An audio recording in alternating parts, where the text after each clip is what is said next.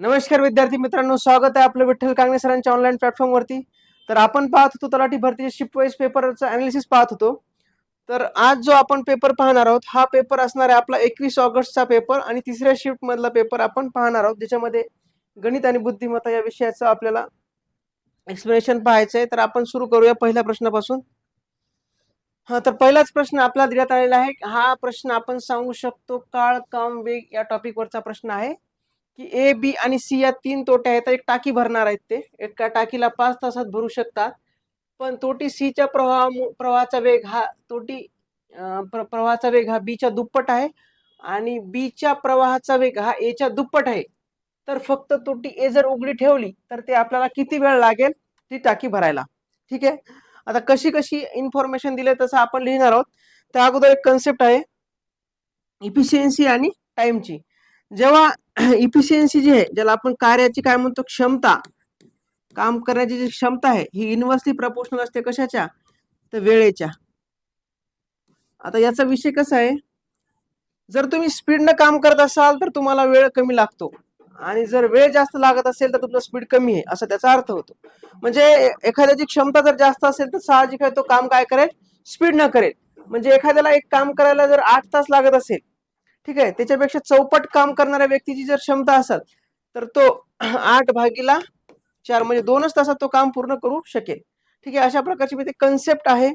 Efficiency म्हणजे काय, जर तुम्हाला काम करण्याची क्षमता तुमची जास्त असेल तर तुम्हाला एखादं काम करायला कमी वेळ लागेल. आणि वेळ आणि इफिशियन्सी एकमेकांना कसं येतं, इन्व्हर्सली प्रपोर्शनल आहे, क्षमता म्हणतो आपण. आता आपल्याला दिलं तसं आपण लिहू ए बी आणि सी. ठीक आहे, इथे लिहून घेतो मी ए बी आणि सी यांचं जर आपण क्षमता लिहिले, क्षमता, काम करण्याचा क्षमता जर लिहिली तर याच्यात काय दिलं पहा आपल्याला, सी च्या प्रवाहाचा वेग बी च्या दुप्पट आहे. बी च्या दुप्पट सी आहे म्हणते. म्हणजे सी जर 1 असेल तर बी च्या प्रवाहाचा वेग दुप्पट आहे. काय म्हणते पहा, सी च्या प्रवाहाचा वेग बी च्या दुप्पट आहे. सॉरी, बी च्या दुप्पट सी चा प्रवाहाचा वेग. म्हणजे सी जर 1 बी जर 1 असेल तर सी च्या प्रवाहाचा वेग हा 2 आहे. ठीक आहे. आणि पुढे काय सांगितलेलं आहे, बी च्या प्रवाहाचा वेग हा ए च्या दुप्पट आहे. ए च्या दुप्पट बी च्या प्रवाहाचा वेग आहे. म्हणजे इथे सांगितलं यांनी, ए चा जर वेग 1 असेल तर बी चा काय 2 आहे. आता याच्यामध्ये काय करू आपण, याला रेशिओ मध्ये सिम्पलेस्ट फॉर्म मध्ये करू. हा आपण जसं दिलं तशी आपण इन्फॉर्मेशन लिहिली. सी च्या प्रवाहाचा वेग बी च्या प्रवाहाच्या वेगाच्या दुप्पट आहे. बी च्या दुप्पट सी चा आहे. म्हणजे बी चा 1 असेल तर सी चा 2 आहे. हे लिहिलं आपण. नंतर आपल्याला ए चं आणि बी चं कंपॅरिझन करायचं, त्याच्यामुळे आपण ते खाली लिहिलं. याच्यामध्ये काय लिहिलं, बी च्या प्रवाहाचा वेग ए च्या दुप्पट आहे. ए ची जर 1 असेल क्षमता तर बी ची दुप्पट आहे. ठीक आहे. आता आपण सिम्पलेस्ट लिहिलं, आपल्याला रेशिओ सारखा करायचा आहे. रेशिओ सारखा करत असताना सरळ सरळ सोपा, याला इकडे घ्यायचं, याला इकडे घ्यायचं, याचा गुणाकार करायचा, म्हणजे याची इफिशियन्सी येते. म्हणजे ए ची इफिशियन्सी आहे 1 ची, ए ची इफिशियन्सी आहे 1, ए ची इफिशियन्सी 1 ची आहे, बी ची 2 ची आणि सी ची 4 ची. आता कंडिशन फॉलो होते का पहा, सी च्या प्रवाहाचा वेग बी च्या दुप्पट आहे, सी चा वेग बी च्या दुप्पट आहे आणि बी च्या प्रवाहाचा वेग ए च्या दुप्पट आहे. ठीक आहे, ही त्यांची कार्य करण्याची इफिशियन्सी आलेली आहे. ठीक आहे. तर आपल्याला आता ही काय, त्यांची कार्य करण्याची क्षमता आहे. हा रेशिओ जो आहे तो हा कार्य करण्याचा क्षमता आहे. म्हणजे एक काम करणारा जर 4 पट वेगाने काम करत असेल तर त्याला वेळ जो आहे याच्या 4 पट कमी वेळ लागणार आहे. यांचा वेळ जर म्हटलं आपण, तर यांचा वेळ जर म्हटलं 4/1, याला 1च वेळ लागणार, याला 2. हा, आता बघा याची इफिशियन्सी जास्त आहे, म्हणजे त्याच्यामुळे एची जी काम करायची इफिशियन्सी कमी आहे, त्याच्यामुळे त्याला वेळ जास्त लागणार आहे. इन्व्हर्सली प्रपोर्शनल म्हणजे हे याच्या इन्व्हर्स येईल. ठीक आहे, ए ला काम करायला किती लागेल, मग 4 तास लागेल. सपोज जर याला 1 तास लागत असेल तर बी ची 4/2 2 आणि याची काम करण्याची जो वेळ आहे, वेळेचा रेशो हा आहे. आता रेशो कसा आपण उलटे केले, हे इन्व्हर्सली प्रपोर्शनल, वेळ आणि क्षमता ही त्यांच्या काय असते, उलटी आहे. क्षमता ही काम करण्याच्या, त्याचा जो वेग आहे त्याच्या वेळ इन्व्हर्सली, ठीक आहे, इन्व्हर्सली प्रपोर्शनल आहे. ही जर त्याची क्षमता असेल तर तो काम करण्याचा वेग काय, सी ला जर काम करायला 4 तास लागत असेल, ठीक आहे, तर 4 पट वेग जर असेल त्याचा, तर काम करायला त्याला 1च तास वेळ लागेल. ठीक आहे, त्याचा वेळ कमी लागेल. ठीक आहे, इन्व्हर्सली प्रपोर्शनल त्याचं रिलेशन आहे. आता याच्यामध्ये आपल्याला काय सांगितलेलं आहे त्याप्रमाणे आपण पाहू, ए बी आणि सी हे तिघं मिळून काम करतात. जर पूर्ण काम जर एक्स पकडला आपण, पूर्ण काम समजा पूर्ण काम लिहू आपण.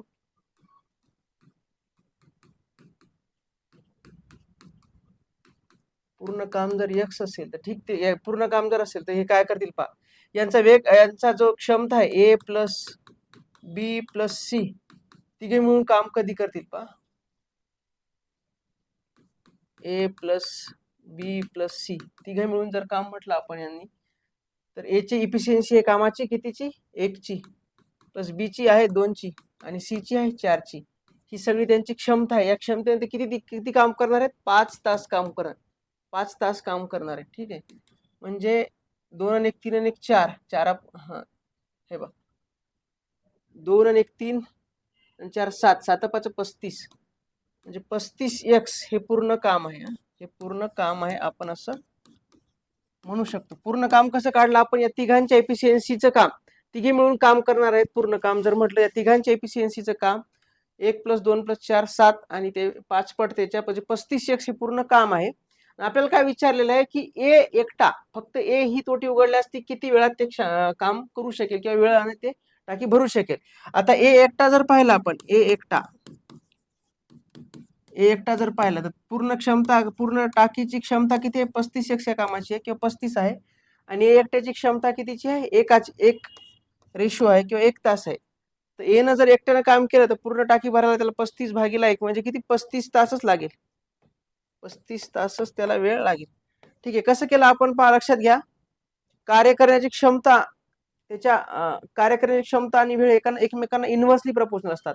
म्हणजे जेवढा जास्त काम करण्याची क्षमता तेवढा वेळ कमी लागेल. याला जर 4 तास लागत असेल एखादं काम करायला, याला आपण क्षमता काढली, रेशो मध्ये जसं तसं लिहिलं, एचं आणि बीचं आणि सीचं कंपॅरिझन होतं तसं लिहिलं आपण, नंतर मग बीचं आणि एचं कंपॅरिझन होतं ते लिहिलं. रेशो काढताना आपण इकडे सरकून द्यायचं, इकडचा इकडे सरकून द्यायचं, म्हणजे रेशो निघून जातो. 1 2 आणि एचा, बीचा आणि सीच्या इफिशियन्सीचा हा रेशो आहे. त्याच्यावरून वेळेचा रेशो काढला, हे वेळेच्या इन्व्हर्सली प्रपोर्शनल असते. इन्व्हर्सली प्रपोर्शनल म्हणजे 1 हा इन्व्हर्सली प्रपोर्शनल 2 आहे, म्हणजेच काय, 2 हा इन्व्हर्सली प्रपोर्शनल 1 असं असतं इन्व्हर्सली प्रपोर्शनल एकमेकांच्या उलट. ठीक आहे, त्याच्यामुळे आपण जर काम करण्याची जर वेळ काढली तर 4 to 1 असा त्यांचा रेशो येतो. पूर्ण क्षमतेनुसार जर तिघांनी काम केलं, ए ची क्षमता 1 ची आहे, बी ची 2 ची आणि सी ची 4 ची आहे, या सगळ्यांची क्षमता जर काढली तर येते 7. 7च्या क्षमतेने 5 तास काम केलं, म्हणजे 35 काय आहे ते तासाचं काम आहे किंवा 35 काम आहे रेशो मध्ये. तर ते पूर्ण 35 काम जर ए ने जर एकट्याने केलं तर ए ची क्षमता एका एफिशियन्सीची आहे, एक रेशोची आहे. 35/1 म्हणजे 35 हे या प्रश्नाचं उत्तर आहे. ठीक आहे, पुढचा प्रश्न आपण पाहू आता. पुढचा प्रश्न जो आहे हा आहे सिरीजवरचा, मालिकेवरचा आहे. मालिका कशी आलेली आहे आपल्याला पाहायचं आहे. ठीक आहे, याच्यामध्ये काही लिंक आहे का पहा. 12 पासून आलेलं आहे, काय 12 पासून आलेलं 26. ठीक आहे, आता हे कसं आलं पहा, 12 दुनी 24 + 2 हे आलेलं आहे 26. ठीक आहे, पुढचा अंक कसा आलेला आहे, 26 दोन्ही 52 - 2 म्हणजे किती, 52 - 2 म्हणजे 50. हा पुढचा अंक आलाय. आता याच्या पुढे जर पाहिलं तर इथे काय आलं पहा, परत 50 × 2 + 2 म्हणजे एकदा +2 एकदा -2 होते, म्हणजे 100 आणि 2 102. इथे प्लस झालं, आता परत इथे काय होईल, मायनस होईल. इथे काय येईल आता, 102 × 2, इथे प्लस झालं, इथे मायनस होईल, एकदा प्लस एकदा मायनस चालू आहे. 102 × 2 204 - 2 202. ठीक आहे, मग आता इथे जो आहे हा, इथे काय येणार आहे, इथे प्लसचं येईल पहा, इथे येईल पहा 202 × 2 + 2, 202 × 2 + 2 येणार आहे, म्हणजेच किती, 404 + 2 म्हणजे 406 हे याचं उत्तर यायला पाहिजे. 406 हे याचं उत्तर आहे. काय सिक्वेन्स सिरीज काय, × 2 + 2, याच्या समोरचा अंक × 2 + 2च्या सिक्वेन्सने ती सिरीज पुढे कंटिन्यू झालेली आहे. पुढचा हा प्रश्न आलेला आहे. हा प्रश्न पहा कदा महत्वाचा काय, 200 मीटर अंतरावर असलेला एक पोलिसाला पाहून एक चोर 8 km/h वेगाने पळू लागतो आणि पोलिसाचा स्पीड जो आहे तो आहे 9 km/h ने. त्याचा ताबडतोब पाठलाग करतो. तर आणि चोराला पकडतो, तर चोर किती अंतर धावतो आपल्याला विचारलं. काय आहे आता याच्यामध्ये, हा काळकाम वेगवरचा प्रश्न आहे. याच्यामध्ये चोर पळतो आणि त्याच्या मागे पोलीस पळतो. पण याच्यामध्ये महत्वाचं आहे की चोराच्या स्पीड पेक्षा जास्त पोलिसाचा स्पीड जर असेल तरच पोलीस चोराला पकडू शकतो. आणि तसं आहे पण चोराचा स्पीड आहे 8 किलोमीटर पर आवर ना, आणि पोलिसाचा स्पीड आहे 9 किलोमीटर पर आवर ना. जोपर्यंत चोराच्या स्पीड पेक्षा पोलिसाचा स्पीड जास्त असू शकत नाही, तोपर्यंत पोलीस त्याला कधीच पकडू शकणार नाही. या दोघांच्या स्पीड मधला जर फरक पाहिला आपण, तर तो आहे 1 किलोमीटर पर आवर ना, ज्याला आपण रिलेटिव्ह स्पीड असं म्हणतो, सापेक्ष गती. सापेक्ष गती काय असते, जेव्हा दोघंही एका गतीने एकमेकांच्या मागे पळतात तेव्हा त्यांच्यातला फरक जो असतो तो सापेक्ष गती किंवा रिलेटिव्ह स्पीड असतो, जो आहे 1 किलोमीटर पर आवर या वेगाने. ठीक आहे. पण चोर आणि पोलीस यांच्यातलं जे अंतर आहे ते किती आहे, सुरुवातीचे 200 किलोमीटरचं अंतर दिलेले आहे. आपल्याला पाहू आपण, वेग दिलेला आहे आपल्याला, वेग आपण काय करू, सरळ सरळ आपल्याला वेग दिलेला आहे, वेळातील फरक, हा आपण काय करू, वेगातील फरक, वेगातील फरक किंवा सापेक्ष वेग कळू आपण. सापेक्ष वेग, सापेक्ष वेग किती आहे, सापेक्ष वेग किती आहे, तो 9 - 8 किलोमीटर पर आवर. ठीक आहे, म्हणजेच किती, 1 किलोमीटर पर आवर आहे. याला जर आपण केलं तर किती येईल, तो 1 × 5/18 मीटर पर सेकंद. हा काय आहे, रिलेटिव्ह स्पीड आहे, ज्याला आपण काय म्हणतो, सापेक्ष वेग म्हणतो. हा आहे तो स्पीड. ठीक आहे. आता पुढे काय सांगितलं, चोर आणि पोलीस यांच्यातलं अंतर किती आहे, 200 मीटर एवढं अंतर आहे. ठीक आहे, 200 मीटर एवढं अंतर आहे. आपल्याला एक फॉर्म्युला माहित आहे, distance is equal to speed into time. ठीक आहे, आपल्याला टाइम काढायचा असेल तर time is equal to distance upon speed. हा टी काढायचा असेल तर हा यस इकडे काय होईल, भागाकारात जाईल, इकडे आहे तो गुणाकारात, इकडे येऊन भागाकारात जाईल.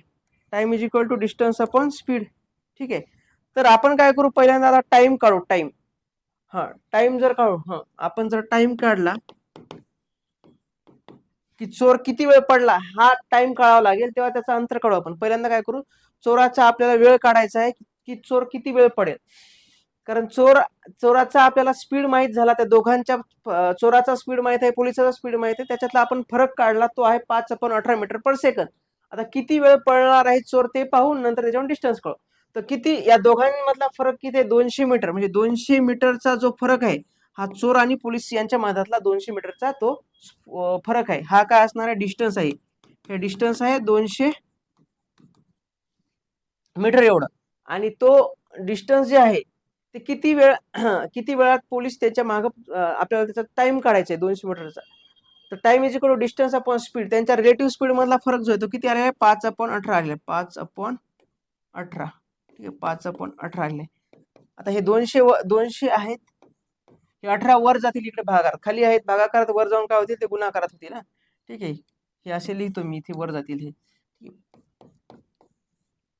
अपॉन 5. ठीक आहे, याला जर भागलो तुम्ही तर काय येईल पहा, 5×20. ठीक आहे, 18×72 म्हणजे 720. हा 720 काय सेकंद, 720 सेकंद जो आहे तो चोर पळालेला आहे. का चोर 720 मीटर पळालेला आहे, कारण दोघातलं मीटर मध्ये अंतर जर पाहिलं तर ते होतं 200 मीटर. आणि त्या डिस्टन्सचा टाइम जर काढला, आपण स्पीड काढला होता, दोघांच्या स्पीड मधला फरक होता 1 किलोमीटर पर आवर, ज्याला आपण 5/18 मीटर पर सेकंद काढलं. तर चोर पळालेला आहे 720 सेकंद एवढा पळालेला आहे. तर डिस्टन्स काढू आपण त्यातलं, चोर किती वेळ पळाला. चोर पळाला किती, चोराने पार केलेले अंतर, पार केलेले अंतर, पार केलेले, चोराने पार केलेले अंतर जर पाहिलं तर चोराने पार केलेले अंतर जे आहे ते जर काढायचं असेल तर डिस्टन्स, तर distance is equal to speed into time. Speed किती आहे, 5/18 meter per second into time किती आहे, टाइम आहे 720 सेकंद. 720 सेकंद. ठीक आहे, हे जर आपण सॉल्व्ह केलं तर काय ते पहा, 18×72. ठीक आहे, आपल्याला काय काढायचंय, 720 सेकंद काढले, distance is equal to speed into time. Speed जो आलेला आहे आपला, तो आलेला आहे 5/18 मीटर पर सेकंद. आणि डिस्टन्स जर काढला आपण 4×25, 1 मिनिट थोडं,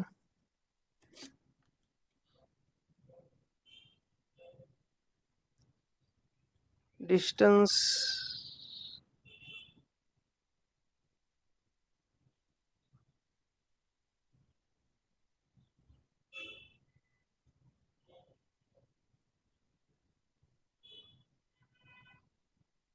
काहीतरी आपलं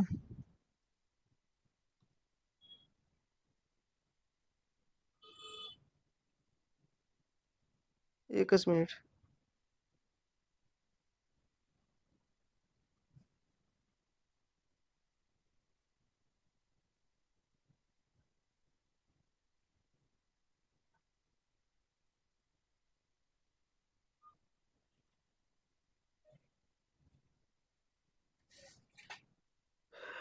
डिस्ट 720 सेकंद पळाला.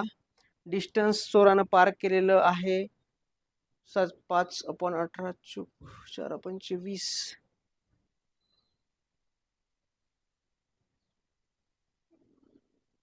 Distance is equal to speed into time. 200 meter अंतर पार केलं 5/18च्या स्पीडनं. तर 200/720 second. Distance equal speed into time. Speed आहे आपला 5/18 meter per 1 kilometer per 5/18 meter per second. 4/20 200 meter. तर आपल्याला काय करायचं, चोर किती अंतर धावतो. चोर धावलेला आहे आपला, हा हे तर 200 मीटर तर बेसिक अंतरच आहे. एकच मिनिट करेक्शन आहे.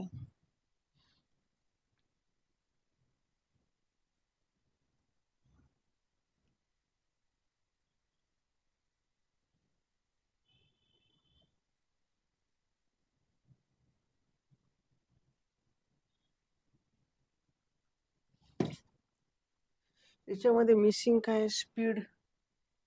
हा चोराचा स्पीड, चोराचा स्पीड. चोराने पार केलेले अंतर is equal distance equal speed into time. आता चोराचा स्पीड किती आहे, चोराचा स्पीड आहे 8 किलोमीटर पर आवरनं. आणि ज्याला आपण 5/18 मीटर पर सेकंदने तो अंतर पार करणार आहे.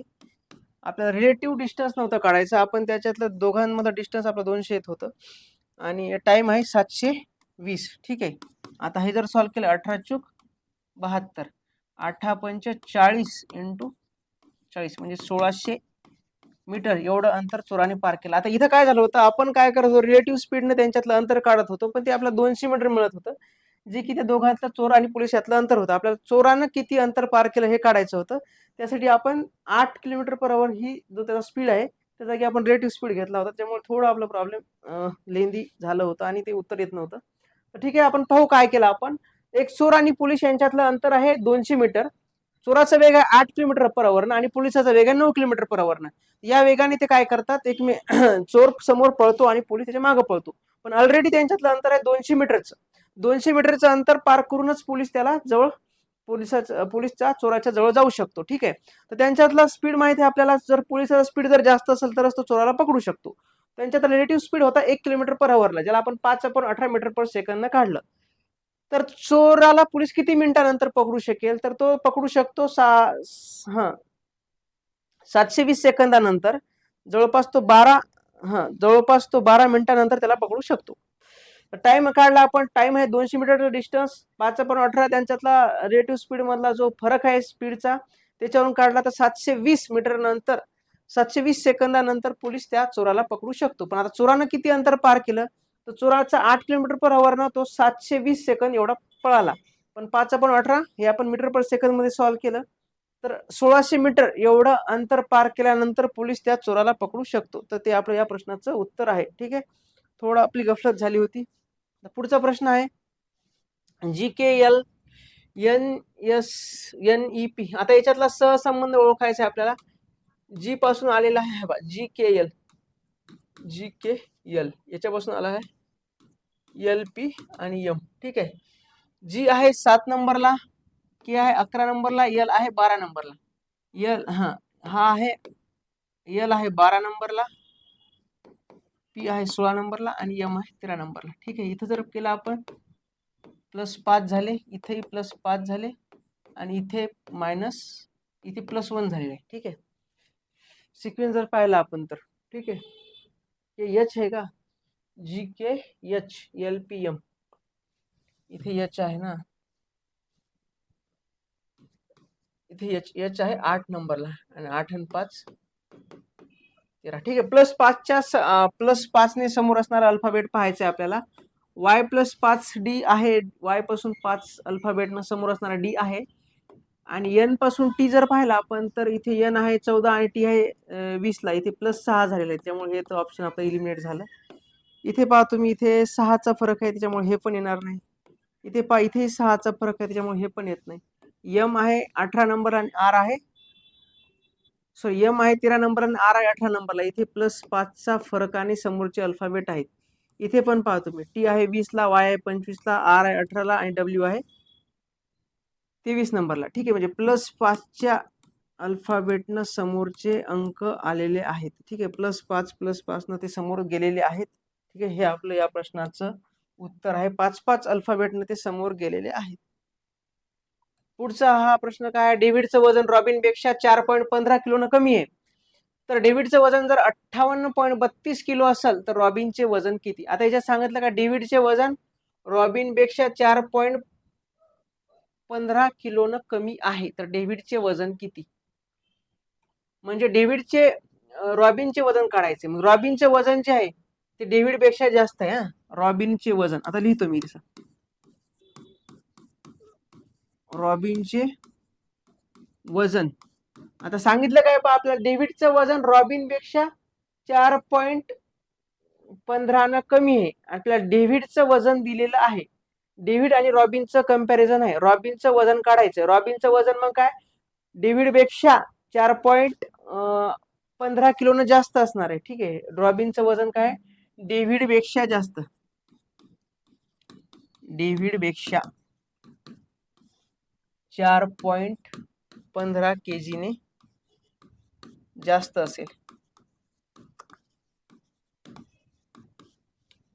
डेव्हिडचं वजन दिलं आहे आपल्याला. डेव्हिडचं वजन किती आहे, डेव्हिडचं वजन दिलं आहे आपल्याला 58.32 kg.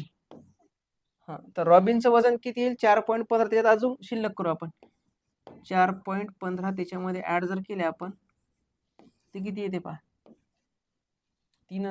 5 आणि 2 7, 3 आणि 1 4. ठीक आहे, 8 आणि 4 12, 2 हात चाला 1 6, 62.47, 62.47 हे त्याचं वजन आहे. सोपा प्रश्न होता. दोघांचं वजन होतं, एकाचं कमी आहे दुसऱ्यापेक्षा 4.15 न, तर दुसऱ्याचं त्याच्यापेक्षा 4.15 जास्त असणार आहे. ते आपण सरळ ह्याच्यात किमती टाकून वजन काढलेलं आहे. पुढचा प्रश्न पहा, एका गावाची लोकसंख्या दरवर्षी 10% वेगाने वाढते. 2 वर्षापूर्वी लोकसंख्या जर 10,000 होती तर मग सध्याची लोकसंख्या किती? आता याच्यामध्ये ट्रॅडिशनल मेथड न वापरता आपण कन्सेप्च्युअल पाहू. एक लोकसंख्या दरवर्षी 10% वाढते. 10% वाढते म्हणजे पूर्वी जर लोकसंख्या जर असेल, पूर्वी जर लोकसंख्या असेल 100, तर 10% वाढ. हा, पूर्वी जर लोकसंख्या जर 100 असेल हा, तर याच्यात 10% वाढ जर म्हणलं, 10% वाढ जर म्हणलं तर ती काय होईल, 110 होईल. पूर्वीची लोकसंख्या जर 100 असेल तर ती पुढच्या वर्षी दुसऱ्या वर्षी काय होईल, दुसऱ्या वर्षी काय होईल, ती 110% होईल. वाढली तर 100ची 110 होईल. म्हणजे रेशो मध्ये जर केला आपण याला, तर आपण काय म्हणू शकतो, लोकसंख्या होती किती, 10% वाढते दरवर्षी. म्हणजे पहिल्या वर्षी 10 असेल तर दुसऱ्या वर्षी 11 होती. म्हणजे पहिल्या वर्षी एवढी झाली ती. पहिल्या वर्षी लोकसंख्या काय झाली पहा, पहिल्या वर्षी काय झालं, ती लोकसंख्या 10% वाढते ना, म्हणजे 100ची काय झाली, 110 झाली. म्हणजेच रेशो मध्ये जर सिम्प्लिस्ट केला आपण तर 10ची 11 झाली. मग दुसऱ्या वर्षी काय झाली, दुसऱ्या वर्षी पण काय झाली, दुसऱ्या वर्षी पण सेम तेच झालं. दुसऱ्या वर्षी पण काय झाली, लोकसंख्या 10ची 11 एवढी झालेली आहे. ठीक आहे, आता आपण जर याचा गुणाकार केला तर पहिल्या वर्षाची लोकसंख्या किती, 100. ठीक आहे, 10 × 10 100.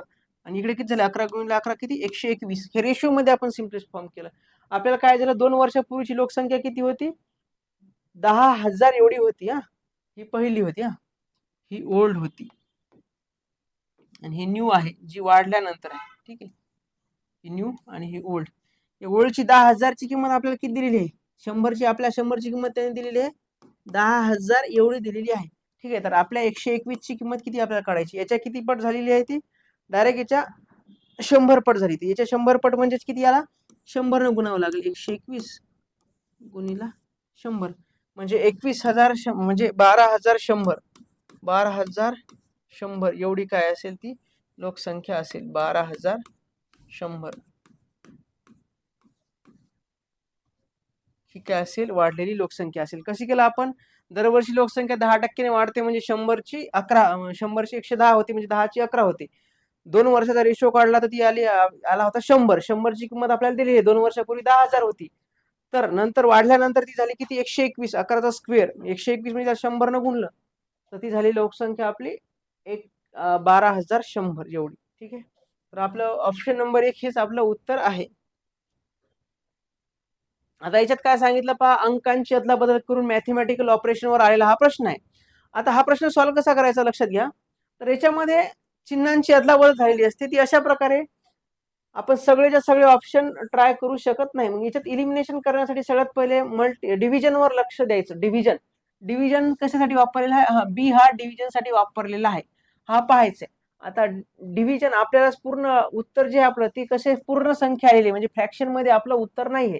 त्याच्यामुळे बी ला बी कुठे आहे पहा, डिव्हिजनचा, की जिथे भाग जाऊ शकत. आता पहा 3 ला 4 ने भाग जात नाही. 3 ला जर तुम्ही 4 ने भाग दिला 40 ने तर ते काहीतरी 0 पॉईंट समथिंग समथिंग येईल, 0 पॉईंट समथिंग समथिंग मध्ये येईल. ठीक आहे. म्हणजे 3 ला 4 ने 40 ने भाग हे चुकते आपलं. ठीक आहे. म्हणजे इथे बी 3b40 म्हणजे काय, 3 ला 40 ने भागलं तर ते येत नाही. ठीक आहे. म्हणजे ते ऑप्शन आपला काय झालं, इलिमिनेट झालेला आहे. ठीक आहे. परत पाहू आपण, बी भागाकारासाठी कुठे आलेला आहे, बी भागाकारासाठी इथे पण आलेला आहे आणि बी भागाकारासाठी इथे पण आलेला आहे. ठीक आहे. आपल्याला दुसरं इलिमिनेशन साठी इथे भाग जाऊ शकतो, 100% बरोबर आहे. इथे भाग जाऊ शकतो, 40 ला 4 भाग जाऊ शकतो. इथे 4/60 इथे 1/4 वगैरे करून येते. ठीक आहे. तर हे आपण ऑप्शन नंतर ट्राय करू शकतो, करायचे आहे. याच्यामध्ये एक ऑप्शन आपण एलिमिनेट करू शकतो का, 2. हे 2 जर एलिमिनेट केले तर नंतरचं एक ट्राय करायचं. जर ते आलं तर बरोबर, ठीक. नाही तर मग जर चुकलं तर नंतरचं ऑप्शन आपलं उत्तर असते. ठीक आहे. पहिलं ऑप्शन आपण ट्राय करू इथं. तर 55 ए साठी काय आलेलं पहा, ए साठी हे गुणिला 3 आणि सी साठी काय आलेलं आहे, सी साठी आलेलं आहे वजा 40 आणि बी साठी काय आलेलं आहे, बी साठी भागिला 4 आणि डी साठी आलेला आहे प्लस 60. ठीक आहे. असं सॉल्व जर केलं आपण तर याच्यामध्ये पहा 40/4 आहे. सगळ्यात पहिले कंचे भागू बेवनुसार याचा भागाकार जर केला तर इथे येईल पहा 10. ठीक आहे. 55 त्रिक म्हणजेच किती, 50 त्रिक करा पहिले, 150 आणि 5 त्रिक 15 म्हणजे 165. 165 वजा 10 अधिक 60. ठीक आहे. म्हणजे काय म्हणू शकतो तुम्ही, 165 60 मधून 10 गेले तर 50. 205 हे आपलं उत्तर यायला पाहिजे. 215 हे आपलं उत्तर यायला पाहिजे. 215 हे आपलं उत्तर आहे, जे की पहिल्या याच्यावरून फॉलो होते. आता हे जर करून पाहिलं तुम्ही समोरचं ऑप्शन, त्याच्यामध्ये पहा 55 सी साठी काय आहे, सी साठी आहे वजा 3, ए साठी काय आहे गुणिला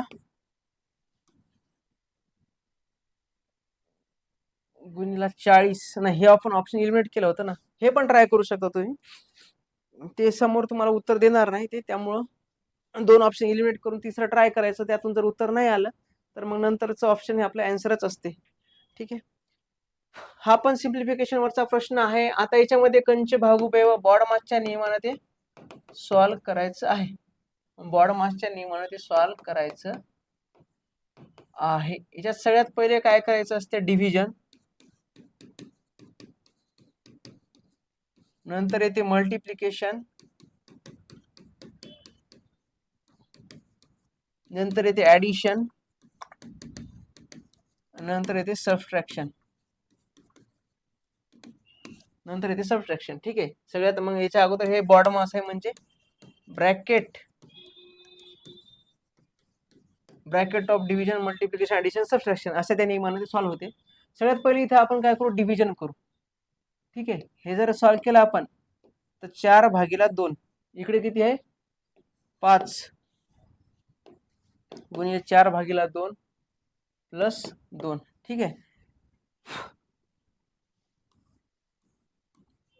बे दोन्ही 4. ठीक आहे, आता याचा करायचा आहे गुणाकार. 5 दोन्ही 10 प्लस 2 12 हे आपलं उत्तर आहे. पर्याय नंबर किती आहे आपला 4 हे आपला आन्सर आहे. साधा सोपा प्रश्न होता बॉडमस वरचा. ठीक आहे, प्रश्न आता हा प्रश्न काय सिम्प्लिफिकेशन वरचाच प्रश्न आहे हा. आता याच्यामध्ये तुम्ही जर पाहिलं तर तुम्हाला लक्षात येईल की वरचं जे आहे तेच खाली आहे, वरचं जे आहे तेच खाली आहे, फक्त याच्यामध्ये वरच्याची दुप्पट खाली आहे, वरच्याची दुप्पट खाली आहे. आता याला तुम्ही कसं लिहू शकता पहा, ए क्यूब. हा, आता खालच्याला कसं लिहू शकता पहा, हा जो आहे हा याला आपण कसं लिहू शकतो पहा. ठीक आहे, याला आपण असं लिहू शकतो 0.1 इंटू 2 किंवा असं, हा 2 इंटू 0.1 प्लस 2 इंटू 0.1. दुसऱ्या लिहू शकतो आपण 2 इंटू 0.1. ठीक आहे, 2 इंटू 0.1. ठीक आहे, असं लिहिलं आपण. नंतर पुढे प्लस या 4 ला कसं लिहू शकतो आपण, वरच्या सारखं लिहायचंय ना. आता वरच्या सारखा इथं 0.1 खाली आहे, 0.1 खाली आहे, 0.1 इथं खाली आहे. फॉर्म्युला टाकून सांगतो नंतर मी तुम्हाला कसं आलं ते. परत 0. याला 2 इंटू 0.2 असं लिहू शकतो. परत लिहू शकतो याला 2 इंटू 0.2, 2 इंटू 0.2 असं तुम्ही लिहू शकता. ठीक आहे, तर याच्यामध्ये याला कसं आता पहा 0.2 इज इक्वल टू 2 इंटू 0.1 असं लिहू शकता. दुसरं काय 0.04. तर 0.04 म्हणजेच किती 2 इंटू 0.2. ठीक आहे, आपण काय लिहिलं 2 इंटू 0.2, 0.02 आहे ना इथे पहा, 2 इंटू 0.02.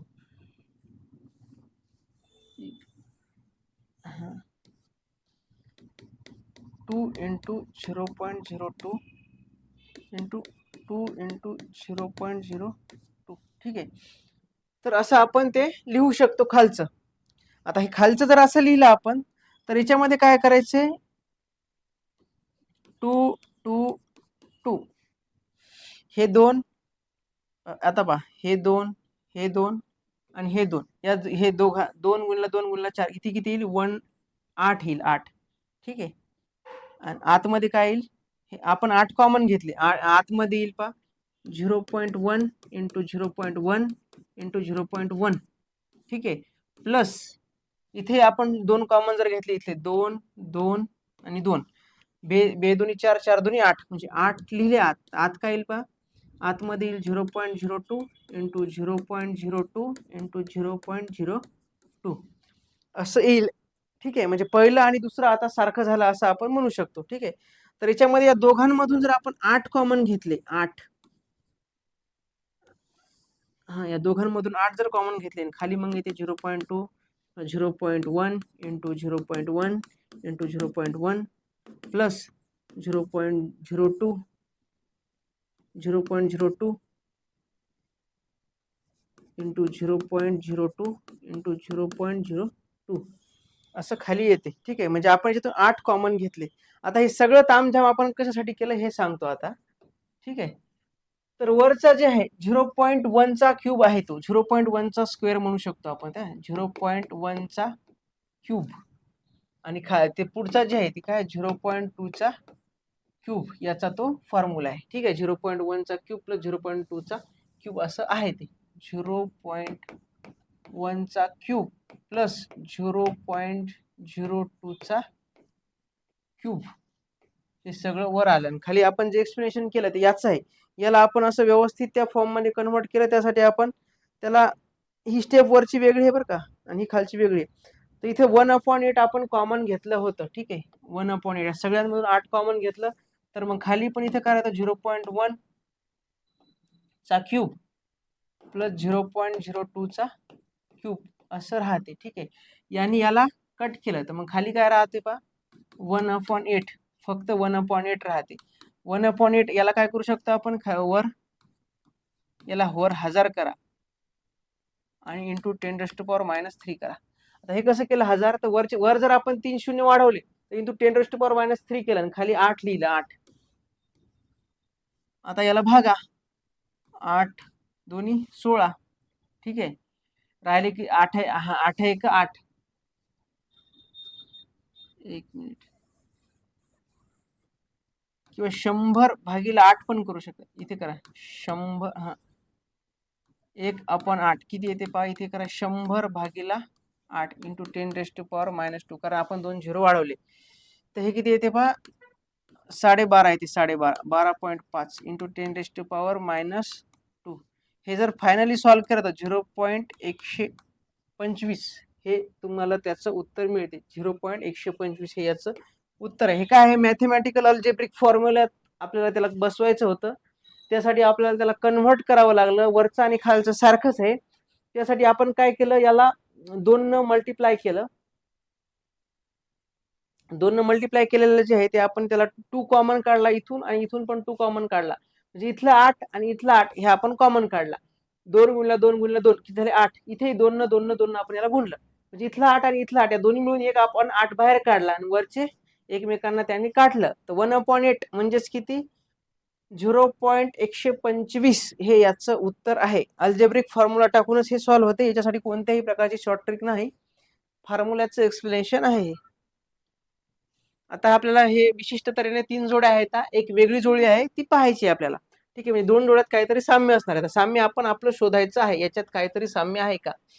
आता ओ आहे 15 आणि क्यू आहे 17, म्हणजे ओ पी आणि क्यू. हा ओ पी क्यू, नंतर आलेले त्यासमोर के एल आणि एम. याच्यामध्ये काय झालेलं आहे, ओ ड्रॉप केलेला आहे, इथे एल ड्रॉप केला, म्हणजे ओ पी क्यू के एल एम असा सिक्वेन्स आहे. म्हणजे एक ड्रॉप करून पुढचं आहे. ठीक आहे, सी नंतर डी ड्रॉप आहे. ठीक आहे, के नंतर एल ड्रॉप आहे. ठीक आहे, डब्ल्यू नंतर एक्स ड्रॉप करून वाय, हे पण इथे लागू झाले. म्हणजे पहिल्या याच्यात तर तिन्ही सिक्वेन्स फॉलो झालेलाच आहे. एक ड्रॉप करून पुढचा.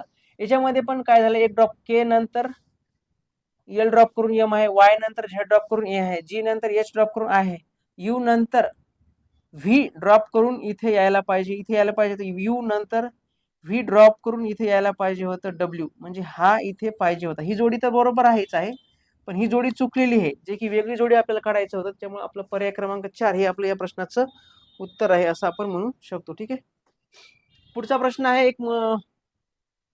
एका वस्तूची मूळ किंमत ही छापील किमतीच्या 64% एवढी आहे.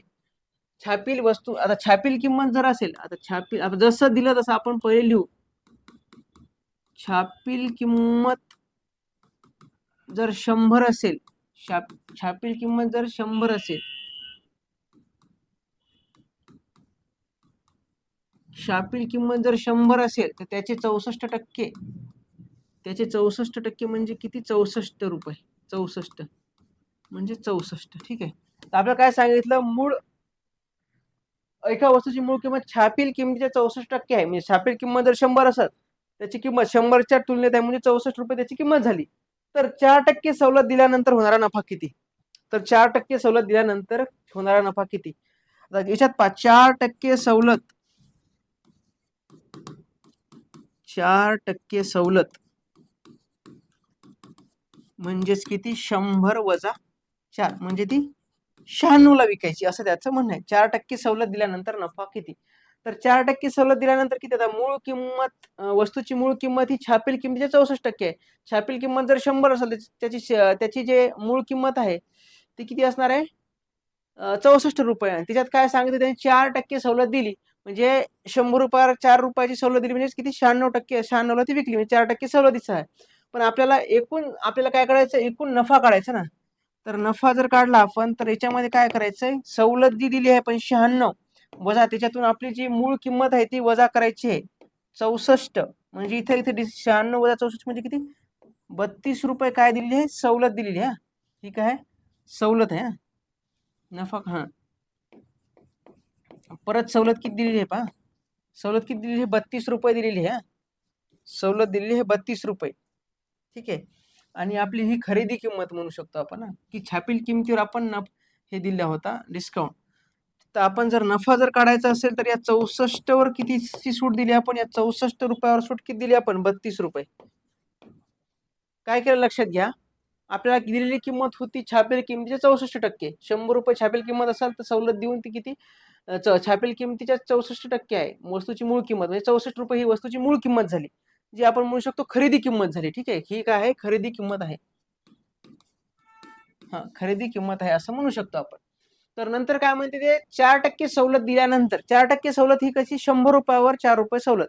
4% सवलत दिली म्हणजे ती 100 ची वस्तू कितीला विकली, 96 रुपयाला विकली. ठीक आहे, 96 रुपये. आणि या दोघातला जी सवलतीचा फरक काढला, 96 रुपयाला आणि 64 रुपये, याच्यातलं 32 रुपये त्यांनी काय केलं, डिस्काउंट दिलं ना, कारण मूळ किंमत किती होती, 64. किती, 32 रुपये खरेदी किंमत आहे 64, त्याच्यावर त्यांनी सवलत दिलेली आहे 32 रुपये. 64 वर 32 रुपये सवलत दिलेली आहे. तर नफा किती, तर नफा काढायचा आहे आपल्याला. नफा म्हणजेच काय, नफा काढायचा आहे आपल्याला, किती झाला नफा. तर ही काय आपली खरेदी किंमत आहे 64, आणि विकली कितीला त्यांनी, शेवटी विकताना त्यांनी 96 रुपयाला विकली, कारण सवलत किती दिलेली आहे, फक्त 4% सवलत दिलेली आहे. म्हणजे 64 पासून 96 पर्यंत जायला आपल्याला 32 लागणार आहेत ना. 64 वर, 64 ही मूळ खरेदी किंमत आहे आणि 32 रुपये त्याच्यावर त्यांनी डिस्काउंट दिलेले आहे नंतर. तर हे 64 रुपयावर 32 रुपये त्याचा नफा आहे, म्हणजेच तो नफा आहे 1/2, म्हणजेच किती, 50% एवढा नफा आहे. आता कसं केलं पहा, मूळ किंमत जी आहे त्या वस्तूची, छापील किंमत 64% आहे, म्हणजे 64 रुपये त्याची खरेदी किंमत आहे. पण काय म्हणते, 4% सवलत दिली त्याच्यावर. 4% सवलत म्हणजे किती, 100 रुपयावर 4 रुपये सवलत दिली, म्हणजे ती 96 रुपयाला विकली. ती खरेदी केली होती ती 64 रुपयाला, विकली किती, ती 96 रुपयाला. म्हणजे जर सवलत म्हणलं तर 64 रुपयावर जर नफा असणार आहे 32 रुपये, 50% एवढा काय त्याचा नफा आहे. ऑप्शन नंबर 4 हे या प्रश्नाचं उत्तर आहे. ठीक आहे. पुढचा प्रश्न आहे, सिरीजचा प्रश्न आहे. याच्यामध्ये काय सांगितलं, 5, 20, 45, 80, 125. फरक पहा, 5 आणि 20 मध्ये, पहिल्या दोन मध्ये जो फरक आहे तो आहे 15चा.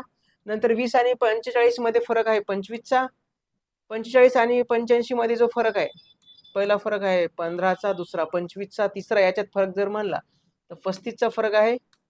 पुढचा फरक 45चा आहे. म्हणजे फरकाचा फरक इथे किती आहे, 10चा फरक आहे. इथे 10चा फरक, इथे पण 10चा फरक, इथे पण 10चा फरक, इथे पण 10चा फरक असणार आहे. ठीक आहे, म्हणजे इथे किती, +55 असणार आहे त्याच्यामध्ये. म्हणजे 125 + 55 जर केले तर 180 हे तुमचं उत्तर यायला पाहिजे. पर्याय क्रमांक 1 हे प्रश्नाचं उत्तर आहे. साधं सरळ लॉजिक होतं त्याचं. पुढचा प्रश्न आहे, LH डी झेड कसे कसे आले पहा आता. L पासून H, H पासून D, D पासून Z, 4 अल्फाबेटने ती मागं मागं गेला. आता काय करतो मी, पूर्ण ABCD लिहितो, मग तुम्हाला लक्षात येईल. ABCDEFGHIJKLMNO.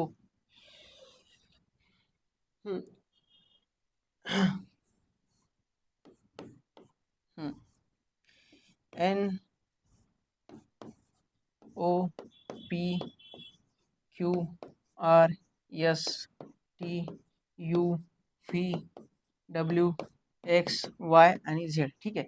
तर आता काय झालं, L पासून H पर्यंत गेलो आपण. L पासून H पर्यंत. ठीक आहे, L पासून H पर्यंत आलो. ठीक आहे, L आहे 12 नंबरला आणि H आहे 8 नंबरला. म्हणजे यांच्यात 4चा फरक आहे, म्हणजे मध्ये 3 अल्फाबेट आहे. 4चा फरक म्हणजे मध्ये 3 अल्फाबेट आहे, मध्ये 3 अल्फाबेट आहे. ठीक आहे, इथं 4चा फरक आहे, 4चा फरक आहे. ठीक आहे, तर तसं H पासून D पर्यंत आलो आपण. H पासून D पर्यंत आलो, इथे पण कितीचा फरक आहे, 4 अल्फाबेटचा फरक आहे. H पासून D पर्यंत आलो. नंतर D पासून Z पर्यंत आलो, D पासून Z पर्यंत आलो, म्हणजे इथेही काय 3 अल्फाबेट ड्रॉप करून 4चा फरक आहे.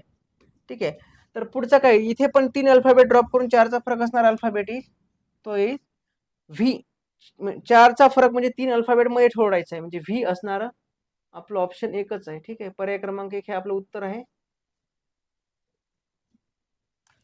पुढचा प्रश्न आहे, एका रकमेची सरळ व्याजाच्या विशिष्ट दराने 2 वर्षासाठी गुंतवणूक केली. 2 वर्षासाठी काही रक्कम गुंतवणूक केलेली आहे.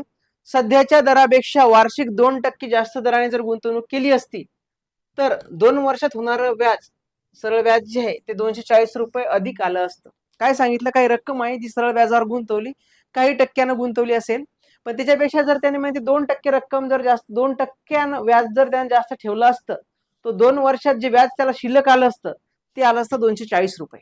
म्हणजे प्रत्येक वर्षी 2% त्याला व्याज शिल्लक आलं असतं. म्हणजे प्रत्येक वर्षी 2% व्याज शिल्लक आलं असतं त्याला. तोंडी सांगतो याचं उत्तर कसं आहे ते, मग मी तुम्हाला लिहून सांगतो. प्रत्येक वर्षी 2% त्याला व्याज शिल्लक मिळालं असतं जर त्याने व्याजाची रक्कम वाढवली असती तर. असं 2 वर्षात त्याला एकूण 4% व्याज शिल्लक मिळालं असतं. पहिल्या वर्षी 2%, दुसऱ्या वर्षी 4%, असं 4% व्याज शिल्लक मिळालं असतं. त्याचे 4% व्याजाची किंमत आपल्याला 240 रुपये एवढी दिलेली आहे. 4 म्हणजे 240, तर 1 म्हणजे किती, तो 240 भागीला 4 म्हणजे किती, 240 भागीला 4 म्हणजे किती, 60. 60 रुपये ही 1% किंमत आहे. तर 100% किंमत 60 भागीला 60 गुणिले 100 म्हणजे किती, 6000 ही त्याची व्याज असणार आहे, म्हणजे मूळ रक्कम असणार आहे, गुंतवलेली रक्कम असणार आहे. ठीक आहे. आता पहा, पहिल्या वर्षी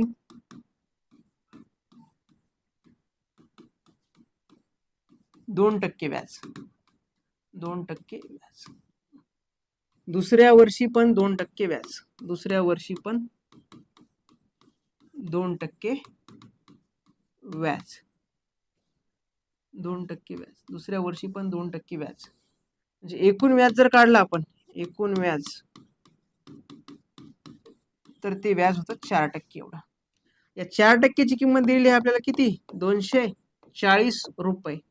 देअरफॉर 1% बरोबर किती, 240 भागीला 4, 240 भागीला 4 म्हणजेच किती, 60 रुपये एवढा. ठीक आहे. तर आपल्याला पूर्ण रक्कम काढायची. पूर्ण रक्कम असते किती, 100%. पूर्ण रक्कम इज इक्वल टू 100%. आणि 1%ची किंमत किती आहे, एका टक्क्याची किंमत आहे 60. त्याला जर 60 न गुणलं तर 6000 रुपये एवढी त्याची पूर्ण किंमत आहे. तोंडी केलं तरी तुम्हाला उत्तर आलं असतं 6000 रुपये, हे या प्रश्नाचं उत्तर आहे. पुढचा प्रश्न पाहू आपण. परत L P Q Q U S. आता पहा, याच्यामध्ये एल पासून आला क्यू, क्यू पासून आला एस, एल पासून आला क्यू, एल आहे 12 नंबरला, क्यू आहे 17 नंबरला, म्हणजे इथे किती झाले, +5 झालेले आहे. ठीक आहे.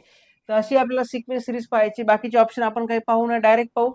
पहिल्यात आणि शेवटच्यात 5चा फरक असला पाहिजे, याच्यात आणि याच्यात 5चा फरक असला पाहिजे. एच आहे 8 नंबरला, 8 आणि 5 13 नंबरला असणारा यम आहे. म्हणजे ठीक आहे, पहिल्यात आणि दुसऱ्यात 5चा फरक आहे, याच्यात 5चा फरक आहे, दुसऱ्यात आणि तिसऱ्यात फरक कितीचा आहे. पी आहे 16 नंबरला आणि यू आहे, पी पासून आलेला आहे यू, पी आहे 16 नंबरला, यू आहे 21 नंबरला, याच्यातही +5चा फरक आहे. आता इथे +5चा पाहिजे. सी आहे 5 नंबरला आणि जी आहे 7 नंबर, सी आहे 3 नंबरला आणि जी आहे 7 नंबरला, म्हणजे इथे कितीचा फरक आहे, 4चा फरक आहे. म्हणजे हे ऑप्शन इथे 5चा फरक पाहिजे होता. पहिल्यात आणि याच्यात 5चा फरक आहे, दुसऱ्यात पण 5चा फरक आहे. का एफ आहे 6 नंबरला, 6 आणि 5 11, के मध्ये पण 5चा फरक आहे. के आणि ओ मध्ये जर गेलो आपण, इथेही 5चा फरक असायला पाहिजे, कारण इथे पण पहा, एन आणि एस मध्ये पण 5चा फरक आहे. एन आहे 14 नंबरला आणि एस आहे 19 नंबरला, तर इथे दोघात 5चा फरक नाही, इथे 4चाच फरक आहे, त्याच्यामुळे हे ऑप्शन एलिमिनेट झालेलं आहे. इथे पण पहा 5चा फरक आहे, इथे 4चाच फरक आहे, त्यामुळे हे पण येणार नाही. ठीक आहे. तर इथे सगळ्यांमध्ये 5-5चा फरक आहे. +5 +5 +5 न पुढचे अल्फाबेट आलेले आहे. ठीक आहे. पहा, जी +5, जी आहे 7 नंबरला आणि 7 आणि 5 12 नंबरचा आर आहे. यम आहे 13 नंबरला, 13 +5 8 नंबरचा, 18 नंबरचा आर आहे. यस आहे 19 नंबरला, 19 अधिक 5 24 नंबरचा यक्स आहे. ठीक आहे. पर्याय क्रमांक 4 हे आपलं या प्रश्नाचं उत्तर आहे. पुढचा आहे प्रश्न. अशी काही चिन्ह आहेत ज्याच्यामध्ये काय सांगितलं ते काढायचं आहे आपल्याला. तर आपल्याला काय काढायचंय ते पहा. अशी किती चिन्ह आहेत, म्हणजे आपल्याला काय काढायची, चिन्ह काढायची आहेत. म्हणजे इथे लिहा, आपल्याला काय, आपला फोकस असला पाहिजे चिन्हावर. आपल्याला चिन्ह काढायची आहेत. अशी किती चिन्ह आहेत ज्याच्या ताबडतोब आधी एक स्वर आहे. म्हणजे चिन्हाच्या अगोदर काय पाहिजे, आपल्याला स्वर पाहिजे. ठीक आहे. चिन्हाच्या अगोदर स्वर पाहिजे आणि नंतर एक स्वर पाहिजे, नंतर पण स्वर पाहिजे. म्हणजे चिन्हाच्या अगोदर आणि नंतर स्वर पाहिजे. आता चिन्हावर फोकस करू आपण. चिन्ह, चिन्ह आहे पण अगोदर स्वर आहे पण नंतर स्वर नाही. चिन्ह आहे पण अगोदर स्वर नाही, नंतरचा तर विषयच नाही. चिन्ह आहे पण अगोदर स्वर नाही. चिन्ह आहे अगोदर स्वर, अगोदर स्वर आहे पण नंतर नाही. चिन्ह आहे पण अगोदर स्वर नाही, चिन्ह आहे अगोदर स्वर नाही, चिन्ह आहे अगोदर स्वर नाही, चिन्ह आहे अगोदर स्वर नाही, चिन्ह आहे अगोदर स्वर आहे आणि नंतर पण स्वर आहे. ठीक आहे. ही पाहिजे एक जोडी भेटली आपला. हे चिन्ह आहे ग्रेटर दॅनचं, याच्या अगोदर पण स्वर आहे आणि नंतर पण स्वर आहे. ठीक आहे. आता इथे पण पहा, हे पण एक चिन्ह आहे, हे पण सेपरेट चिन्ह आहे, याच्या अगोदर पण स्वर आहे आणि नंतर पण स्वर आहे. अशा दोन जोड्या आपल्याला सापडल्या की ज्याच्या अगोदर आणि नंतर चिन्ह आहे. स्पेशल पकडायचं बरं काय, इथे जरी या चिन्हासाठी एक वेगळा क्रायटेरिया, या चिन्हासाठी वेगळा क्रायटेरिया, म्हणजे या चिन्हाच्या अगोदर पण स्वर नंतर पण स्वर. या चिन्हाच्या अगोदर हा ओ इकडे घेतला म्हणून इकडे घ्यायचा नाही असं नाही करायचं. इकडे पण आहे त्या चिन्हाचे सेपरेट कंडिशन फॉलो करतो, इकडे पण सेपरेट कंडिशन फॉलो करतो. चिन्हाच्या अगोदर स्वर नंतर पण स्वर, अगोदर स्वर नंतर पण स्वर, हे इथे फॉलो झालेलं आहे. ठीक आहे. म्हणजे असे दोन जोड्या आपल्याला सापडल्या ज्यांच्या अगोदर आणि नंतर स्वर आहे. ठीक आहे. पर्याय क्रमांक 3 हे आपल्या या प्रश्नाचं उत्तर आहे. आता विधान आणि निष्कर्ष. सर्व खांब टेबल आहे म्हणते, सगळे जे खांब आहेत मेली तो सगळे खांब टेबल आहे म्हणते, सगळे खांब काय टेबल आहे म्हणते. काही टेबल पेन आहे म्हणते, टेबलाचा काही भाग आपल्याला पेनाचा भाग दाखवायचा, काही टेबल पेन आहेत. सगळे पेन डोअर मॅट आहेत म्हणजे सगळ्या पेनाला डोअर मॅटनं झाकलं जाईल, सगळे पेन हे डोअर मॅट आहे म्हणते. ठीक आहे. आपण अशी डायग्राम काढली, सगळे पेन डोअर मॅट आहे. तर आपल्याला काय सांगितलं, काही डोअर मॅट हे टेबल आहे म्हणते, काही डोअर मॅट हे टेबल आहे. डोअर मॅटचा आणि टेबलाचा भाग, हो ठीक आहे, हा जो भाग आहे हा डोअर मॅटचा आणि टेबलाचा कॉमन भाग आहे. ठीक आहे. हे विधान बरोबर आहे, डोअर मॅटचा आणि टेबलाचा हा कॉमन भाग आहे. काही टेबल खांब आहेत म्हणजे, हो टेबलाचा काही भाग खांबात आणि खांबाचा काही भाग टेबलात. ठीक आहे, कॉमन आहे, टेबलाचा काही भाग खांबात आणि खांबाचा काही भाग टेबलात आहे. एक आणि हे दोन्ही पण बरोबर आहे. ठीक आहे. एक आणि दोन दोन्ही पण याचे विधान बरोबर आहे. एक किंवा दोन ही तर्कसंगत आहेत. आता हे कंडिशन कशी आहे, याच्यामध्ये जर तुम्ही खूप डीप मध्ये जर गेले तर याच्यामध्ये कंडिशन असू शकतात की हे 100% बरोबर आहे, दोन्हीपैकी एक येऊ शकते. त्याच्यामुळे एक किंवा दोन या दोन्हीपैकी एक तर्कसंगत आहे किंवा दोन ही बरोबर आहे असं आपण देऊ शकतो. ठीक आहे. पर्याय क्रमांक 3 हे आपल्या या प्रश्नाचं उत्तर आहे. आता शेवट प्रश्न आहे 19 नंबरचा. याच्यात काय सांगितलं पहा, 62 किलोच्या चहाला आपल्याला 72 किलोच्या चहामध्ये किती प्रमाणात मिक्स करायचं जेणेकरून मिश्रणाची किंमत 64.50 किलो एवढी झाली पाहिजे. आता दोन चहा आहेत, 62 किलोवाला चहा आहे आणि 62 किलोग्राम वाला आहे आणि 72 किलोग्राम वाला आहे. हे आपल्याला मिक्स करायचं आहे. मिश्रणावरचा प्रश्न आहे, मिक्सचर आणि ॲलिगेशन. तर आपल्याला त्याची किंमत 64.50 एवढी ठेवता आली पाहिजे. ठीक आहे. आता मिश्रण जर केलं आपण, आता हा मिक्सचर आणि ॲलिगेशनच करू आपण. पहिली चहाची किंमत आणि दुसरी चहाची किंमत. पहिला जो होता तो होता 62 रुपयेवाला आणि दुसरा आहे 72 रुपयेवाला. तो आपल्याला अशा प्रकारे मिक्स करायचा आहे की ज्याची किंमत 64.50 एवढी असणार आहे. हा मिक्सचर आणि ॲलिगेशन सॉल्व्ह करायचा. आता याच्यामध्ये काय करायचं, या दोघांचा फरक इथे लिहायचा, 64.50 आणि 72 मधला फरक. आता हे कसं करायचं, 64.5 करून तुम्ही 72 कडे जा, 64 मध्ये 0.50 टाकला तर 65 आणि ते 72 पर्यंत जायला 7, 65 आणि ते तिथपर्यंत जायला 7. ठीक आहे. तर हे येते 7.5, 7.5 आणि 62 पासून 64 पर्यंत यांच्यात फरक आहे 2.5चा, 2.5चा. यांची दोघांचा फरक किंवा दोघांची वजाबाकी इथे लिहायची. रेशो मध्ये जर काढला आपण तर हे ते 3:1, 25 एक 25, 25 त्रिक 75, म्हणजे 3:1 या रेशो मध्ये ते आपल्याला मिक्स करावे लागणार आहे. ठीक आहे. पर्याय क्रमांक 4 हे आपल्या या प्रश्नाचं उत्तर आहे. पुढचा प्रश्न आहे मालिकेवरचा NQT प्लस प्लस 3चा फरक आहे. N पासून Q, Q पासून T, T प्लस 3 किती येते W, W असणार ऑप्शन पहा. आता पहा, NQT आणि पुढचं काय आपल्याला काढायचंय, N प्लस 3 केलं की Q येते 17 नंबरचा, प्लस 3 केलं तर T येतो, प्लस 3 केलं तर W येतो. ठीक आहे. तर इथे W यायला पाहिजे पहिलं. ठीक आहे. नंतर काय आलेलं आहे, ORU, OR नंतर U आणि पुढचं काढायचं आहे आपलं, O पासून R, R पासून U, प्लस 3 झालेला आहे, प्लस 3 झालेला आहे, प्लस 3 म्हणजे इथं काय U प्लस 3 X नंबरचा येईल, म्हणजे WX असणार आहे आपल्या ऑप्शन मध्ये. तसं ऑप्शन एकच आहे आपलं. पुढचं पहा, 2 आणि 4 6, 6 आणि 6 12, 12 आणि 8 म्हणजे इथे पहा पुढच्या सिरीज मध्ये फरक पहा कितीचा आहे, 2 पासून पहा, 2 पासून आले पहा 2 6 12 आणि पुढे काय येईल पहा, तर याच्यामध्ये फरक आहे 4चा, याच्यामध्ये फरक आहे 6चा आणि याच्यामध्ये फरक किती असणार आहे मग 8चा, 12 ना 8 20, ठीक आहे म्हणजे 20 येईल समोर, ठीक आहे म्हणजे WX20 हे इथे यायला पाहिजे, WX20 पर्याय क्रमांक 1 हे प्रश्नाचे उत्तर आहे. आपल्याला वेगळी जोडी काढायची आहे, याच्यामध्ये CXYBO.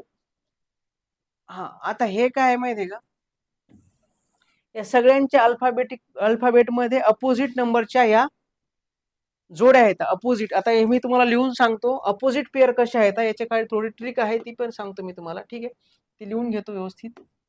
ABCDEFGHIJKL, नंतर M च्या खाली NOPQRSTUVWXY आणि Z. हे काय आहे तर एकमेकांच्या अपोजिटला असणाऱ्या पेअर आहेत, एकमेकांच्या अपोजिटला आहे म्हणजे ए च्या अपोजिटला, बी च्या अपोजिटला, सी च्या अपोजिटला, डी च्या, ई च्या, एफ च्या, जी च्या, एच च्या, ह्या अशा सगळे एकमेकांच्या अपोजिटला आहेत या, ठीक आहे. आता याच्यात हे लक्षात कसं ठेवायचं हे मी तुम्हाला थोडक्यात सांगतो. आता AZBY आपल्या लक्षातच राहते, आपल्याला हे माहितच आहे ए च्या अपोजिटला झेड आहे, बी च्या अपोजिटला वाय आहे माहितच आहे आणि सी च्या अपोजिटला एक्स आहे, इथपर्यंत लक्षात ठेवा. नंतर याची ट्रिक काय आहे DW साठी, तर दूधवाला, DW म्हणजे दूधवाला, ठीक आहे. नंतर EV, आता EV कसं लक्षात ठेवायचं, LOVE, ठीक आहे. आता EV लव वरून लक्षात ठेवायच्या, दोन जोड्या लक्षात राहतात. EV म्हणजे काय, ई आणि व्ही सोबत आहे, किंवा इलेक्ट्रिक व्हेकल पण लक्षात ठेवा की EV पण लक्षात ठेवा, एल आणि ओ पण पास सोबत आहे. लव वरून दोन लक्षात राहतात आपल्या, EV आणि LO हे सोबत आहेत, ठीक आहे. नंतर इथे FU म्हणून लक्षात ठेवायचं, फन, FUN, F आणि U सोबत आहेत, फन. नंतर GT road, grand trunk road नाही का, GT road. Hari Singh, HS साठी लक्षात ठेवायचं, हरी सिंग, HS, ठीक आहे. IR साठी लक्षात ठेवायचं, इंडियन रेल्वे,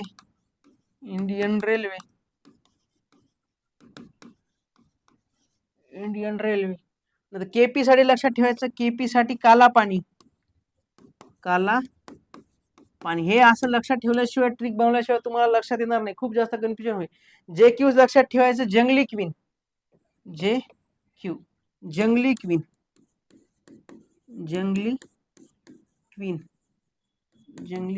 ठीक आहे, JQ झालं. नंतर काला पाणी झालं.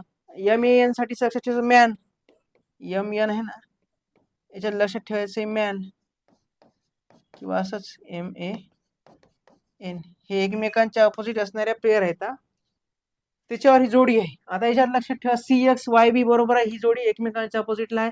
मॅन इंडियन रेल्वे हे पण बरोबर आहे, इंडियन रेल्वे मॅन हे पण बरोबर आहे.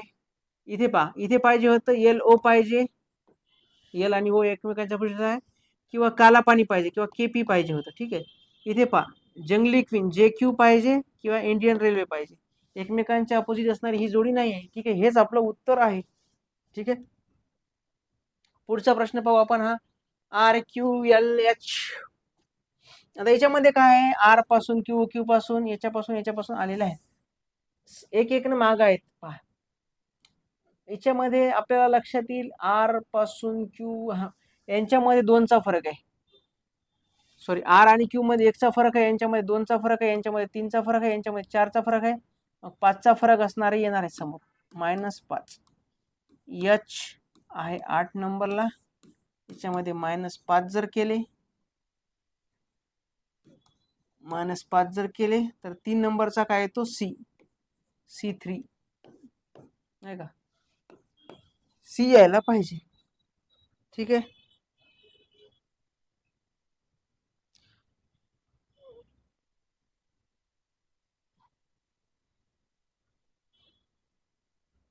पुढचा प्रश्न पहा.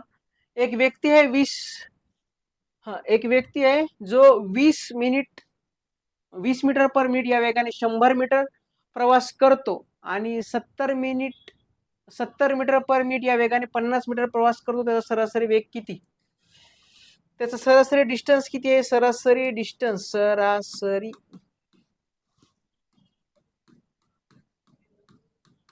सरासरी त्याचा अंतर किती पार केलं त्यानं? Distance is equal to speed into time. 20 into 100 minute आहे, नाही का? तर त्यानं 2000 मीटर एवढं अंतर पार केलं पहिल्या केसमध्ये. दुसऱ्या केसमध्ये त्यानं किती? 70 मीटर पर मिनिटनं ते 50 मिनिट प्रवास केला. 70 इंटू 50 किती? 3500 मीटर एवढं अंतर पार केला. यासाठी आपण फॉर्म्युला काय वापरतो? Distance is equal to speed into time. ठीक आहे, distance is equal to speed into time. तर त्यानं सरासरी अंतर पहिल्या वेळेस 20 मिनिट पर मिनिट या वेगाने 100 मिनिटे चालला. डिस्टन्स इक्वल स्पीड आहे आणि हा टाइम आहे. ठीक आहे, तर एकूण जर केलं त्यानं अंतर पार, सरासरी वेग म्हणजे काय? सरासरी वेग इज इक्वल टू सरासरी वेग ठीक आहे, सरासरी वेग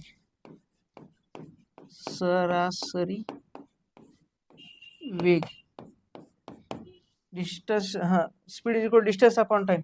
एकूण अंतर भागिला एकूण वेळ. एकूण अंतर भागिला एकूण वेळ. एकूण अंतर भागिला एकूण वेळ. ठीक आहे, उरलेला आपण इथं घेऊ. एकूण अंतर किती आहे त्याचं? 2000 प्लस 3500. एकूण अंतर आहे त्याचं 2000 प्लस 3500 भागिला एकूण वेळ किती लागला? पहिल्या वेळेस 100 मिनिटे, दुसऱ्या वेळेस 50 मिनिटं, म्हणजे किती? 150 मिनिट आहे. 150 मिनिट ना. वर किती आलं? 5500 भागिला 150. ठीक आहे, 110/3. 110/3 मीटर पर मिनिट.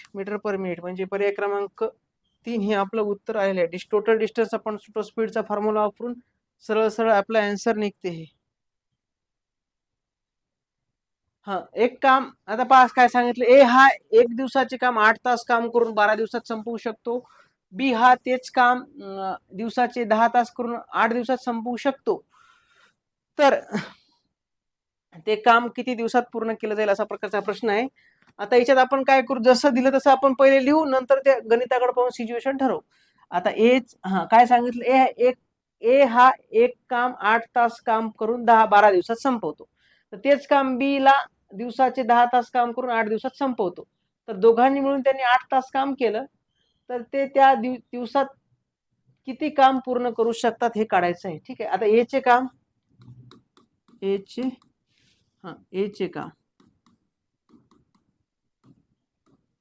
चे काम जे आहे, ए चे 8 तास काम करून 12 दिवसाचे काम, तेच काम आहे बी चे. बी चे जर काम म्हणलं आपण, तर बी चे काम आहे 10 तास काम करून. बी चे काम आहे 10 तास काम करून. बीला तेच काम करायला किती दिवस लागतात? 8 तास काम लागतात. 8 तास लागतात. ठीक आहे, यांचा जर रेशो काढला, 12 96 ए इज इक्वल टू बी ला किती? 80 बी. असा रेशो जर काढला आपण ए अपॉन बी, तर तो आला किती? 80/96. ठीक आहे, 80/96 हे त्यांचा रेशो आला. ठीक आहे, आता काय करायचं आपल्याला? ए ला लागतात समजा 80 दिवस आणि बी ला लागतात समजा 96 दिवस. तर 96चा आणि 80चा आपण काय करू? एलसीएम घेऊ. ए आणि बी. ए ला लागतात 80 दिवस, बी ला लागतात 96 दिवस एक काम करायला. यांचा एलसीएम जर घेतला तर तो किती येतो? 480 एवढा एलसीएम येतो. 8 सकम 48, म्हणजे ए ची कॅपॅसिटी आहे 6 ची, बी ची कॅपॅसिटी आहे 5 ची. 96 × 480 ए ची कॅपॅसिटी आणि बी ची कॅपॅसिटी आहे. तर आपल्याला हे आपण इथपर्यंत यांचं रेशो मध्ये कन्वर्ट करून आन्सर इथपर्यंत काढलं. तर आपल्याला पुढे काय विचारलं? ए आणि बी यांनी दोघांनी मिळून 8 तास काम केलं, तर ते किती दिवसात ते कामाला पूर्ण करू शकतात? आता ए ची कॅपॅसिटी माहित आहे, बी ची माहित आहे. ए आणि बी मिळून 8 दिवसात, ए आणि बी मिळून किती, 8 दिवसात. ए आणि बी म्हणून 8 दिवसात जर म्हणलं तर ए आणि बी ची कॅपॅसिटी, ए ची कॅपॅसिटी 6 ची प्लस बी ची आहे 5 ची, आणि त्यांनी किती काम केलं, 8 तास काम केलं. 6 आणि 5 11, 11 गुणिले 88. तर ते 88 एवढं काम करू शकतात तेवढ्या दिवसात. 88 एवढं काम, एवढा रेशोचं ते काम केलं, पण त्यांना पूर्ण करायचं किती, 480. देअरफॉर 480 ला काम, ए ची कॅपॅसिटी आणि बी च्या कॅपॅसिटीचं आपण काढलं होतं, किती 88 काम करतात ते दोघे मिळून. 8 न जर भागलं तर 8 सखम 48, 8 11 म्हणजे किती, 60/11 दिवस लागतील याला. याला सिम्पलेस्ट जर फॉर्म केलं तुम्ही, 11 5 55 आणि हे 5, 60/11 उत्तर आलं होतं ना आपलं, 60/11. हे आहे 60/11, 60/11. हे कसं येते पहा, तर 11 5 55 आणि हे 5 60. ठीक आहे, 5/11 दिवस लागणार आहेत त्यांना कामाला. ठीक आहे, आय थिंक आपले प्रश्न सगळे संपलेले आहेत. शेवटचा एक प्रश्न राहिलेला आहे. तर हा प्रश्न पाहू आपण, विधान आणि निष्कर्षावरचा प्रश्न आहे. सर्व पक्षी कुत्री आहेत, म्हणजे सगळे जे पक्षी आहेत, सगळे पक्षी ही कुत्री आहे म्हणते. सगळे पक्षी कुत्रे आहेत, काही कुत्रे हत्ती आहेत म्हणते. कुत्र्याचा काही भाग, हत्तीचा भाग दाखवायचा आहे. काही कुत्रे हत्ती आहेत आणि काही हत्ती प्राणी आहेत. हत्तीचा काही भाग हा प्राण्याचा भाग दाखवायचा. ठीक आहे, काही हत्ती हे प्राणी आहेत. तर काय सांगितलं पहा, आपला निष्कर्ष पाहायचे, सगळे हत्ती पक्षी आहेत म्हणते. सगळ्या हत्तीला कोणी झाकलेलं नाही पूर्णपणे, त्यामुळे सगळे हत्ती पक्षी आहेत. हे विधान चुकीचं आहे. ठीक आहे, काही प्राणी कुत्री आहेत म्हणते. आता कुत्री तिकडे, प्राणी इकडे, कुत्र्याचा आणि प्राण्यांचा डायरेक्ट सहसंबंध आपल्याला माहित नाही. जे माहित नाही ते काय असते, नेहमी चुकीचं असते. त्यामुळे हे दुसरं विधान पण चुकीचं आहे. म्हणजे विधान 1 किंवा 2 दोन्ही पण निष्कर्ष बरोबर नाहीत. हे आपलं उत्तर आहे. ठीक आहे, तर अशा प्रकारे आपण या शिफ्टमध्ये जे सगळे प्रश्न होते त्याचं व्यवस्थित अनालिसिस पाहिलेलं आहे. ठीक आहे, थँक्यू.